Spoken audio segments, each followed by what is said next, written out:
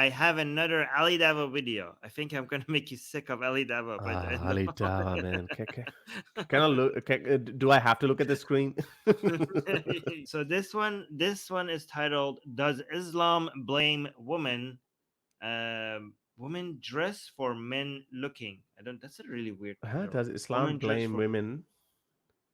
Or does There's no Islam blame comma. women's dress? There's What? no S That's a here. Okay. no, but no, I think so. it doesn't make sense even then. Like, who? Ali Dawah put that up? Whoa, what a roadman English. Yeah. Okay. It says it's not what you think. Okay, that part is. I can't even think what that is because that title doesn't make any sense. I think they're trying to blame. I think it's responding to women saying, "Why do I have to wear the hijab? Why can't you just not look?" or something like that. Why am I responsible for your Dressing. for Oh, you being okay. for, That's still yeah, a yeah, very yeah, bad title, though. yeah. Still, okay. Let's watch this. The point is this, that women are sexualized. It's our fault. Oh, we have to protect ourselves because men can't control No, themselves. I never said that. Allah says to me, tell the believing men. See, so she's saying, this lady is saying that why is it our fault? You guys can't control yourself, so why should we cover up for the fact that you can't control yourself? Okay, so now he's obviously going to a Quranic verse. It says, "O Prophet, tell the believing men to lower their gaze and guard their chastity. That is purer for them. Surely Allah is all aware of what they do." So this is what the trick they do. They're like, look, we have a responsibility too. We have to lower our gaze. So given that we have that duty, it's fair for you guys to also have something that you're supposed to do. So it's not unfair. We both have our responsibility. We have been told to lower our gaze. You have been told to cover up. So fair is fair. How do you respond to that? Yeah, but that's obviously they're just saying that, but they don't really believe in that because I have an example of where Prophet Muhammad himself looked at women, and this is what they used to say. For. I know you're always looking for something in the background to bring up. That's Look at this. You're a very good resource. Yeah, I have a whole folder. Look at this recommendation. This is Sahih Muslim 14. Yeah, it's a Sahih Muslim 1403. It said Jabir reported that Allah's messenger saw a woman, and so he came to his wife Zainab as she was tanning a leather and had sexual intercourse with her. He then went to the companions and told them. So this is how it goes, Armin. You and I'm coming to your house, and along the way I see a woman. Instead of lowering my gaze, I looked at the woman. Then I looked at a woman, and I got some urges because obviously our dear beloved Prophet had the strength of how many men? 100. Okay, so he had a strength of 100 men. In some places different. Anyway, so he looked at a woman. Instead of lowering his gaze, he perved at that woman, and then he rushed to one of his wife's house, Zainab, and then he had sex with her. And then there's another narration where instead of Zainab, it was Sauda who was making perfume, and he did the same thing with her. I don't know if they got the names of the wives confused or it's two separate incidents, but whatever. So if the Prophet himself cannot lower his gaze, and then he can come to his wife and then he can say, "Oh, sorry, I saw a really hot woman. I gotta let it out of my system." And then he did let it out of his system, and then he went to other men and then he talked about it. The woman advances and retires in the shape of a devil. So when one of you sees a woman, he should come to his wife or a sex slave, for that will repel what he feels in his heart. So a woman is to be blamed for the kind of clothes that she's wearing because look, the woman advances and retires in the shape of a devil. So this woman, who it is, she is a devil for the way she dresses. Isn't the metaphor work the other way around? Like, aren't you supposed to say the devil comes in the shape of a woman? Because if a woman comes in the shape of a devil, then I don't want to have sex with it. It's the devil. It's actually, if the devil wants to trick you, to tempt you, he comes to you in the shape of. I think he got that backwards. Am I wrong about this? I think he got that backward. I think he wanted to be poetic and he got it backwards. I don't know. Yeah, look, either way, I think the bigger point is that a woman Yeah, is no. basically a devil. So let's All just right, let's just focus on that. But my point was, but my point was, the Prophet himself would Right. not lower his gaze. Do we agree on that? I mean, this is Sahih Muslim hadith. Okay. Okay. The point is that he tried. If you fail, okay, so I'm going to put my Muslim hat on, okay? It doesn't matter that you fail. It matters that you tried. Yeah, that's fine. Okay. But the point is, she's still being. But then the next point is, you're still, a woman is still being blamed for her clothing. Right. So here's the thing. Maybe if I was a Muslim, I would be like, actually, Harris, that was a beautiful thing that you showed us, okay? Yeah, they do say that. Because it's telling you, it's actually giving you the instructions on when you accidentally, like, you can't, like, okay, you're trying to control your gaze, but you can't always, like, it's not going to be like at some point the woman, you're going to see a woman, you're not going to be able to lower your gaze before you see her. You have to first see her in order to understand that you have to lower your gaze. So by the time that you lower your gaze, you have already seen her, and you being a man and having urges, like it's natural to have urges, you're going to have urges. So what do? Islam gives you the way, Harris. Why are you being so ungrateful? No, that's good. Instead of cheating on your wife, instead of going and doing something bad, when you have urges, you come home to your wife and you have sexual relationships with your wife, and that's how you satisfy your urges. And that's beautiful. No, I buy that, and I think that's a good thing. First of all, prophets are supposed to be innocent, so they never make mistakes. So that's not a mistake. Okay, so it means like, yeah, okay. If we're going to go down the way of look, it's natural, and I agree with that. It's natural. If you see a hot woman, it's likely that you're going to look at her, and okay, and then you go like, okay, I don't want to cheat on my wife, so I'll go home and I'll do that. That's perfectly fine. But the point here is that the onus is on a man. Lower your gaze, okay, and that's obviously an instruction that just so you don't tempt yourself into doing something. Okay, that's good. But then the Prophet himself didn't go there and say, hey, you know what? You shouldn't be wearing those clothes. So, so it's a give and take.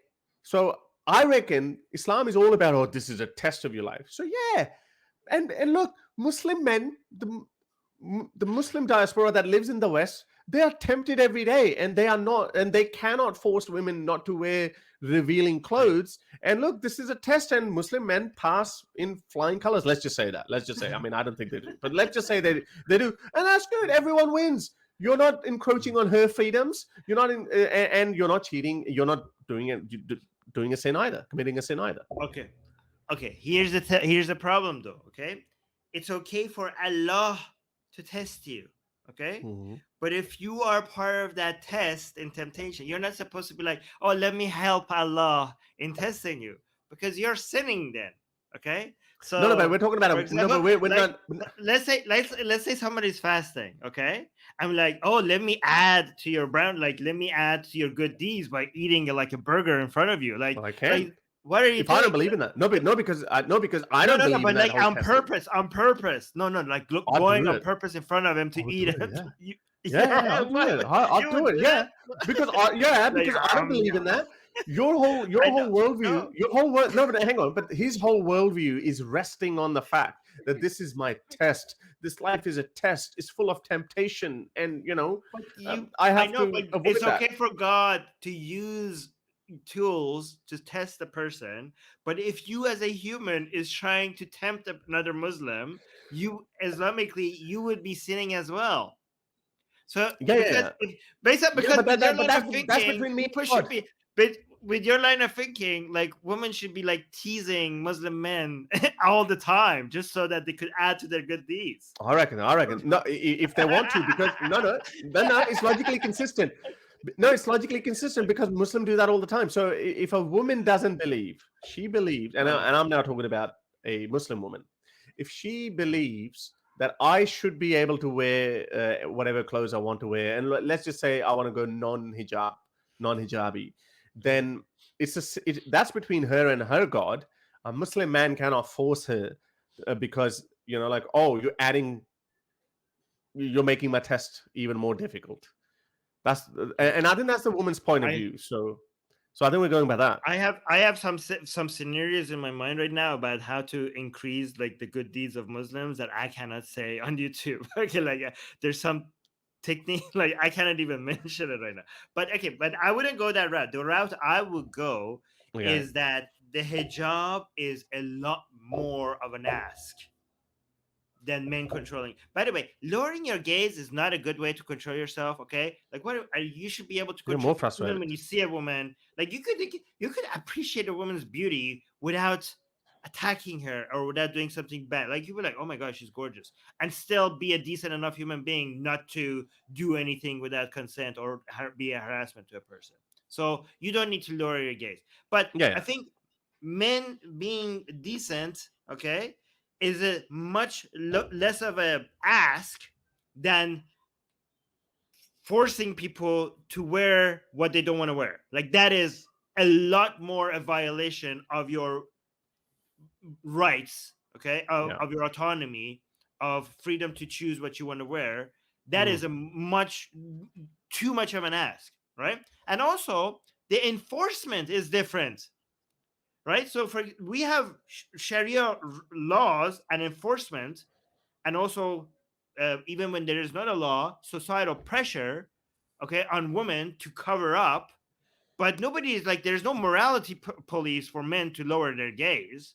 So it's too much of an ask, and it's also enforcement only on one side. So that's why I think it's not a fair comparison.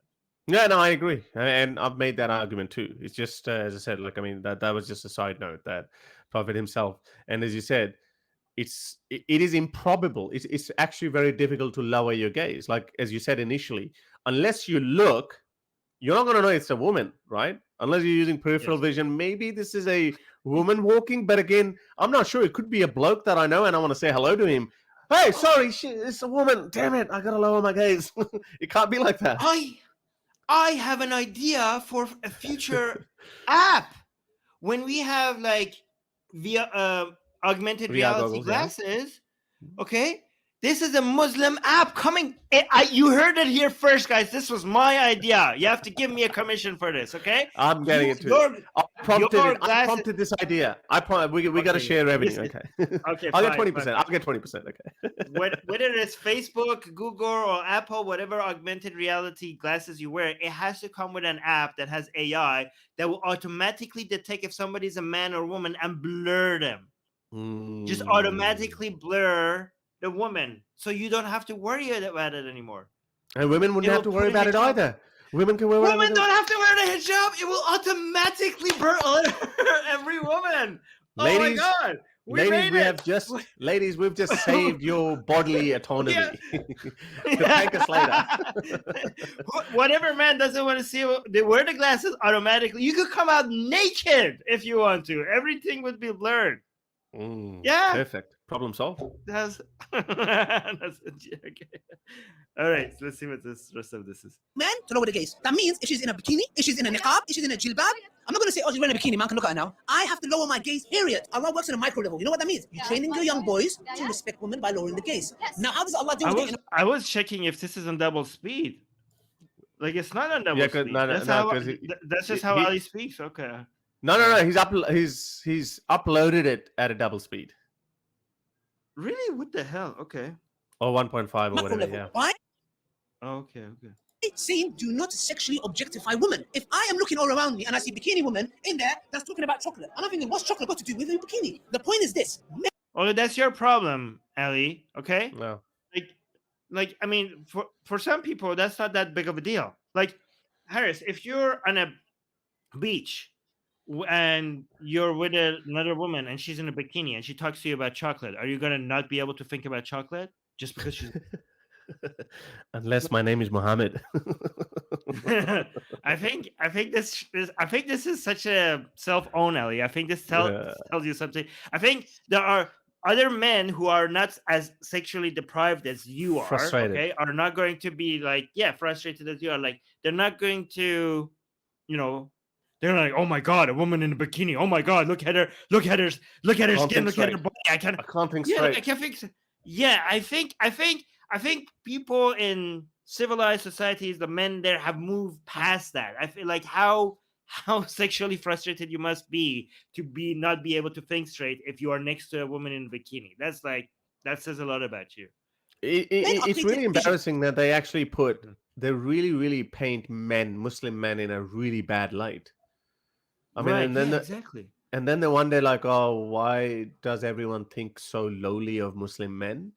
Like, I mean, you're literally imagine a Western person or a Western woman is looking at it, and this is why Red Pill crowd is so deviant and so pathetic that they also say pretty much the same thing, like, oh, a woman, yeah, your job is to make babies and yeah, sex and all that, you know.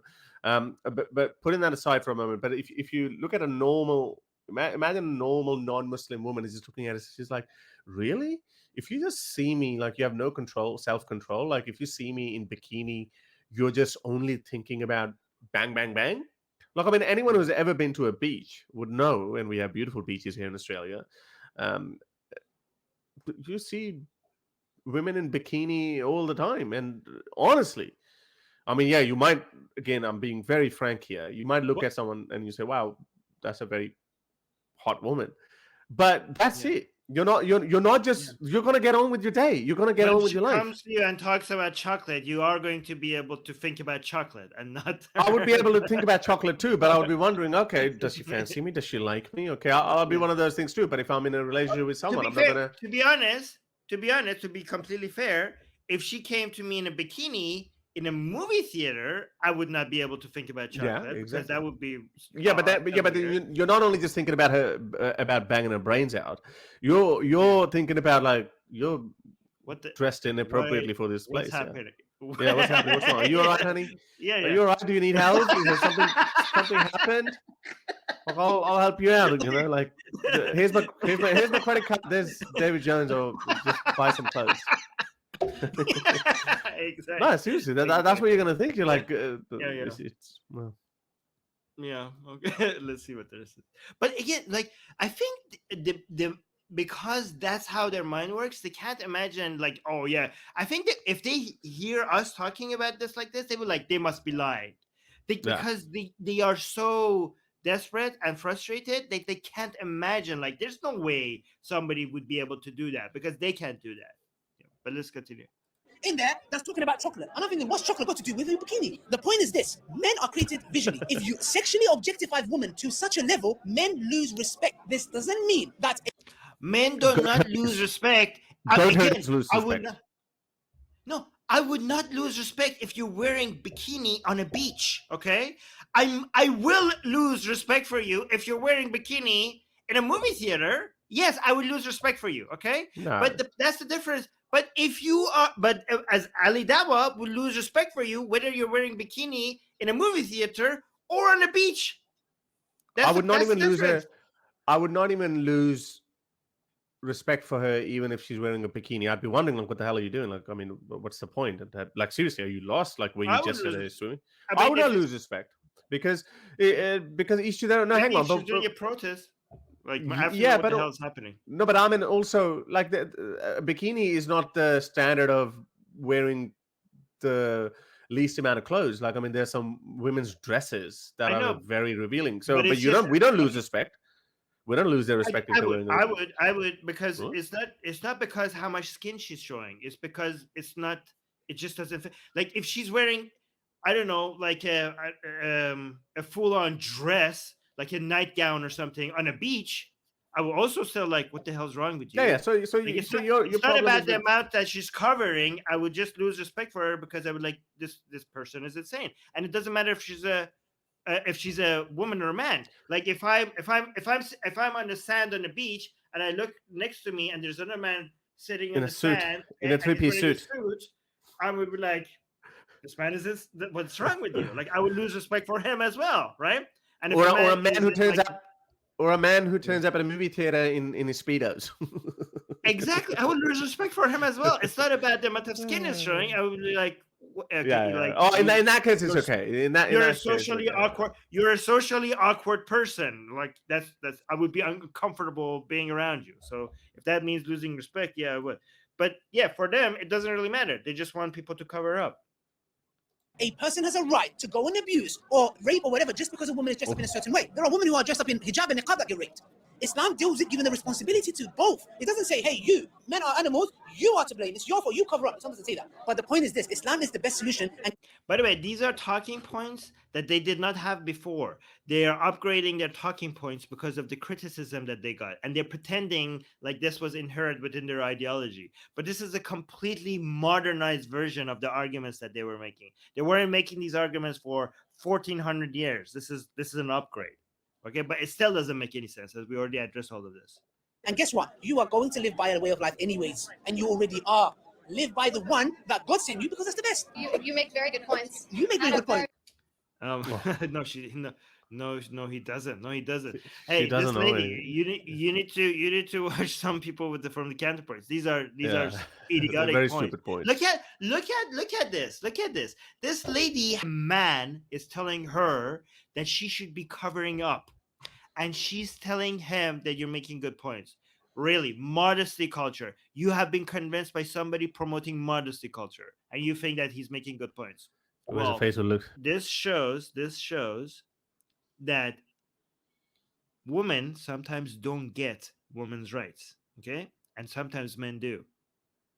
Right? So it doesn't really matter about what gender you are to be able to understand how women rights work. Yeah, but again, like it's the more I look at these TikTokers and people talking in public, and I'm like, wow, maybe we are really smart. Like I never had a high opinion of myself. Like I just thought, like what I'm thinking, what I'm saying, pretty logical. Yeah, surely everyone would be able to say that. But I'm not necessarily saying anyone who disagrees with me is not smart, because obviously you can hear a lot of smart people who are making opposite side of the argument, and they're like, okay, all right, these are well thought out, although I wouldn't think that way, and hence would not reach at this conclusion that this other person has. But I'm really, really disappointed when I look at some people and their critical thinking skills just don't kick in. Like, for example, all these points that we made, yes, sure, we've heard them before and maybe we are better equipped, but there was something in us that wanted to challenge those views, and that's why we've constructed these counter arguments from scratch, basically, right? So you don't necessarily need to have the knowledge of these hadiths in order to counter these points that he's making. You can simply ask these questions, and maybe at some point she did know at some point, because she made a very good point. Her initial position was fine, and she could build on top of that from there onwards. When she said, okay, well, Muslim men have a problem. If you look at a hijabi woman, and he gave such an easy opening to her that, if a woman is bikini talking about chocolate, you wouldn't be talking about chocolate. No, she should have said, yes, I expect you to be thinking about chocolate. How depraved are you? She should have said that there. I don't know whether she did in the full video or not, but then that would have led to another argument, and that would have been a own goal for Ali Dawah. But I don't know. Like, I'm just not impressed by ordinary people's thinking abilities. First of all, you are way above average, Harris, and I think you know it. Way above average, okay? I doubt it. I don't know. I mean, it could be true, but as I said, like, I never thought that way. I never thought that way. Well, you are. Okay, I'm telling you. Thank you. You are. Yeah. But also, I don't blame average people. I mean, they're busy doing other stuff, like you're engaging in, you are doing a lot of, your work requires engaging in thought, and analyzing things. So your brain is constantly. No, look, I get that. And I could say that, like I had been consuming, let's just say, this kind of content for 10 years prior it's not to just my kind activism. of content. It's also that the fact that you keep exercising your brain. So Yeah, your but brain is like a muscle that keeps right. getting stronger. But my point was, like, there could be a lot of disciplines that you could throw at me, and I would have no knowledge of. Like, I would not know the details of that, but I would apply pure critical thinking or rationality and reason in those areas to say, like, I would be able to create any argument on the spot. I would be able to, without having like all the nitty gritties of that, or the, like, I mean, if you started talking to me whether climate change is a hoax or not, I don't understand climatology. I've seen these arguments on the other side. and I'm countering you them would be able to as they come. I yes. would be able to counter them. Yeah. Sometimes we can go to the very basic arguments. For example, you're not the expert at that. I know you're probably saying that you could say, "Oh, that's an argument from authority." No, in certain specific disciplines, authority does matter. Like if a vast majority of climatologists are saying that the Earth is warming up, yes, there are some little problems, there's some little puzzles along the way that we don't fully understand. But if these guys don't understand, who the hell are you to make a claim? And I apply the same logic when all these anti-vaxxers came along and they said, no, this is a giant conspiracy or whatever. And I was like, no, hang on, I can actually separate these conspiracy theorists.